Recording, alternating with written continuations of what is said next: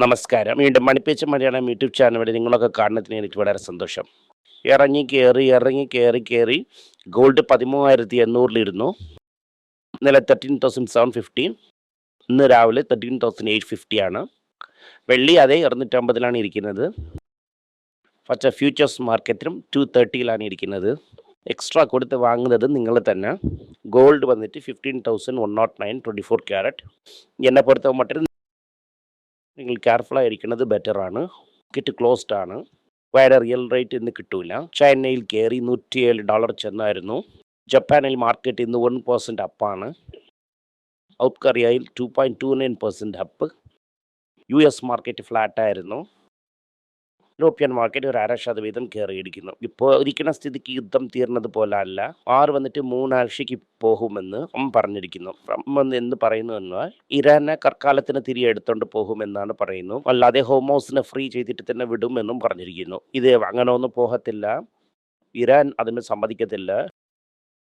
സിവിലൈസേഷനെ കൊണ്ടും അടിക്കാൻ പറ്റില്ല. ആരുവാണെങ്കിലും ശ്രമിക്കാം എന്ന് പറഞ്ഞിരിക്കുന്നു. ഐസിസ് കാരണം ഗ്ലോബൽ ഷിപ്പിംഗ് റേറ്റ് വന്നിട്ട് 5% ഇവിടെ നിന്ന് അമേരിക്ക ഇപ്പോൾ 1000 രൂപ വാങ്ങിക്കൊണ്ടിരുന്നെങ്കിൽ പാർസലിനെങ്കിൽ ഇപ്പോൾ 5000 രൂപ ചോദിക്കുന്നു. Supply chain instruction, higher insurance cost, അങ്ങോട്ട് റൂട്ട് ഒരുപാട് ചുറ്റി പോകണം ഒക്കെ കോസ്റ്റിനെ കയറ്റുന്നു. രൂപ 93.5 വരയ്ക്കും ഇന്നലെ കയറിയായിരുന്നു. എന്താണെന്ന് വെച്ചാൽ ഭയങ്കരമായിട്ട് ഡോളറിനെ കട്ട് ചെയ്തു. അതാണ് ഇരിക്കുന്ന മാർക്കറ്റിനും ഇന്ത്യൻ മാർക്കറ്റിനും ഇരിക്കുന്ന ലിങ്കിന് RBI കട്ട് ചെയ്തിരിക്കുന്നു. ഈസി ആയിട്ട് നിങ്ങൾ ഹെഡ് പൊസിഷനെ വിൽക്കാൻ പറ്റൂല.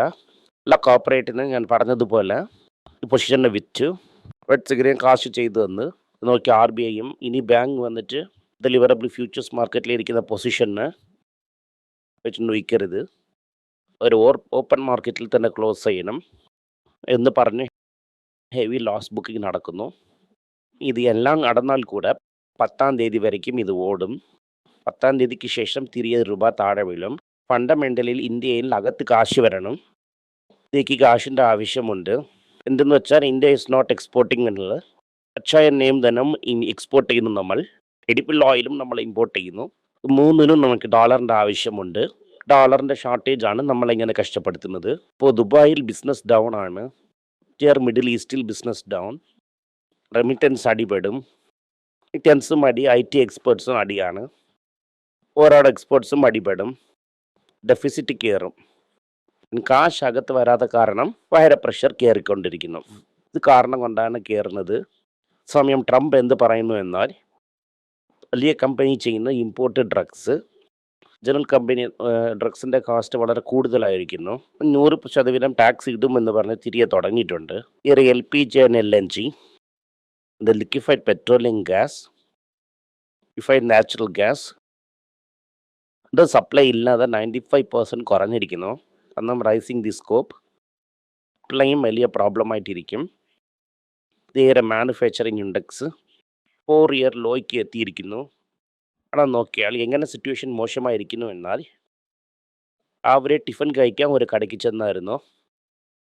പല 25 വെറൈറ്റി ഇരിക്കുന്ന ഇടങ്ങളിൽ വെറൈറ്റി തന്നെ ഇരിക്കുന്നു.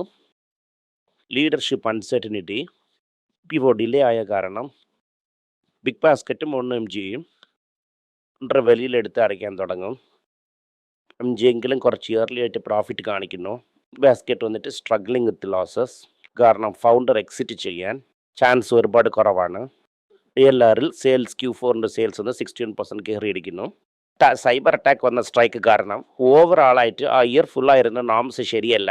സ്റ്റോക്സ് നല്ല സെയിൽസ് കാണിച്ചതിൻ്റെ ശേഷം കൂടെ കിടപ്പിൽ തന്നെ ഇരിക്കുന്നു. ആളെ ഇറങ്ങുന്നു. അച്ചൽ പ്രഷറാണ് കാരണം.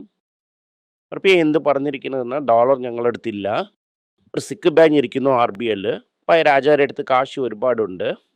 Emirates and BD gift $3 billion വാങ്ങാം എന്നവർ ഐഡിയ ചെയ്ത് BL ബാങ്കിന് 74% ഷെയറിന് ഇവർക്ക് വിറ്റ് എമിറേറ്റ്സ് ആൻഡ് BDക്ക് ക്യാഷ് ഇട്ട് അകത്ത് ഇൻഫ്യൂസ് ചെയ്യും. 36% ഓപ്പൺ മാർക്കറ്റിൽ വാങ്ങും. ഇതിൻ്റെ സർട്ടിഫിക്കറ്റ് ഓഫ് ഡെപ്പോസിറ്റ് വന്ന് ഒരുപാട് ഹൈ ആയി 0.5 lakh ഗ്രോ ആയിരിക്കുന്നു. അതെന്ത് പറയുന്നു എന്നാൽ വന്ന് ബാങ്കിൽ കാശ് ഇടുന്നില്ല. ഡെപ്പോസിറ്റിന് വേറെ എവിടെയോ വെളിയിലാന്ന് വാങ്ങുന്നു. ബാങ്ക് വളരെ കഷ്ടത്തിലാണ് ഇരിക്കുന്നു. ഇതെന്ന് വെച്ചാൽ ഡെപ്പോസിറ്റ് ഗ്രോത്ത് ഇല്ല. ഡെപ്പോസിറ്റ് ഗ്രോത്ത് എന്തുകൊണ്ട് ഇല്ല എന്നാൽ റിട്ടേൺ ഡെപ്പോസിറ്റിൽ വരുന്നില്ല. IT സെക്ടറൊക്കെ രൂപ വീഴുന്നു ജോളി എന്ന് പറഞ്ഞുകൊണ്ടിരിക്കുന്നു. ഇത് ഫോറിനർക്കും മനസ്സിലായി. അവർ മാർജിനെ കട്ട് ചെയ്യുന്നു. എന്നുവെച്ചാൽ കാസ്റ്റിനെ കൊറ എന്ന് പറഞ്ഞ് പ്രഷർ കയറ്റുന്നു എന്ന ഒരു ന്യൂസ് വന്നിരിക്കുന്നു. ഈ കമ്പനി വന്നിട്ട് റിയൽ എസ്റ്റേറ്റ് കിടപ്പിലായി പിന്നെ ഏൽക്കാൻ പറ്റുന്നില്ല. സ്റ്റീൽ കോട്ടിങ്ങിൻ്റെ പുറകെയാണ് എല്ലാവരും ചെല്ലുന്നു. എന്ത് പറയുന്നു എന്നാൽ ഈ ബൈബാക്ക് ഒക്കെ ഓപ്പൺ മാർക്കറ്റിൽ തന്നെ ചെയ്തോ, ലിക്വിഡിറ്റി ബൂസ്റ്റ് ആകും എന്ന് പറയുന്നു. ഗ്രാം ഐസ്ക്രീം വന്നിട്ട് 62% ക്വാളിറ്റി വാൾസിൽ വാങ്ങിയിരിക്കുന്നു. ഇതിൽ ഞങ്ങൾ വലുതായിട്ട് ചെയ്യും എന്ന് പറയുന്നു. ഇന്ദ്ര വന്നിട്ട് SUV സെയിൽസിൽ വളരെ സ്ട്രോങ് ആയിരിക്കുന്നു. ട്രാക്ടർ ഡിമാൻഡും വളരെ സ്ട്രോങ് ആയിട്ടുണ്ട്. ഇന്ദ്ര വെഹിക്കിൾസ് വന്നിട്ട് വെഹിക്കിൾ വിലയിനെ 2.5% കയറ്റിയിരിക്കുന്നു.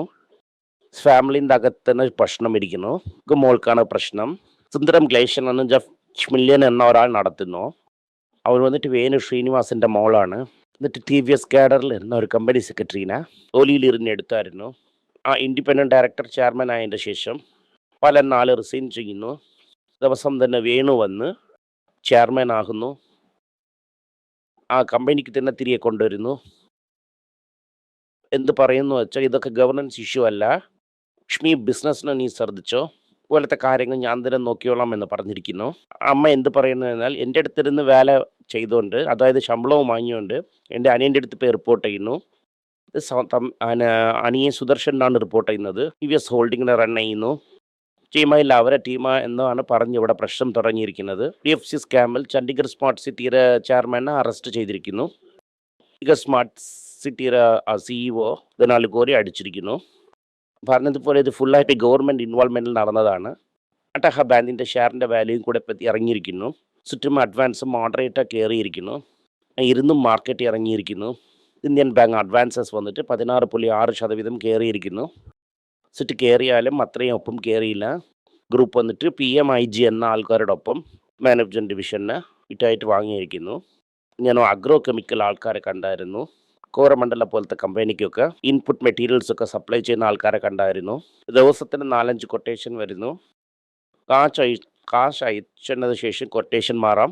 കാശ് അയച്ചോ എന്ന് പറയുന്നു. പിഗ്ലോക്കോൾ and agro chemical basic product ആണ് അതൊക്കെ. ബിസിനസ്സേ വളരെ കുറവായിരിക്കുന്നു എന്ന് പറയുന്നു. അതുപോലെ തന്നെ ലെതർ, ടെക്സ്റ്റൈൽ, ഇത് എല്ലാത്തിനും എക്സ്പോർട്ട് തന്നെ വളരെ പാടായിട്ടുണ്ട്. മാർക്കറ്റിന് ഇത് തന്നെ ബോട്ടം എന്ന് നിങ്ങൾ തീരുമാനിക്കേണ്ട. കയറിയാലും ഇറക്കം ഇരിക്കും. ബിസിനസ്സിലിരിക്കുന്നതിൽ 1-2 നിങ്ങൾ കൺസിഡർ ചെയ്യേണ്ട സമയമാണിത്. ഇതാണ് ഇന്നുള്ള മുഖ്യ വാർത്തകൾ. റഷ്യക്ക് യുദ്ധം നീടുവാണെങ്കിൽ കച്ചവട വില കയറും, പിന്നെ വില ഇറങ്ങും, സ്ട്രെങ്തൻ ആകും. ഉള്ള ഒരു ചാൻസാണ് നിങ്ങൾക്ക് ഇത് എടുക്കാൻ. എന്തെങ്കിലും നിങ്ങൾക്ക് സംശയമുണ്ട്, എന്നെ കോൺടാക്ട് ചെയ്യണമെന്ന് നിങ്ങൾ വിചാരിക്കുവാണെങ്കിൽ താഴെ കൊടുത്തിരിക്കുന്ന മെയിൽ ഐഡിക്ക് നിങ്ങൾ മെയിൽ അയക്കാം. ഞങ്ങളുടെ ടീം നിങ്ങളൊപ്പം കോൺടാക്ട് ചെയ്യും. Thank you.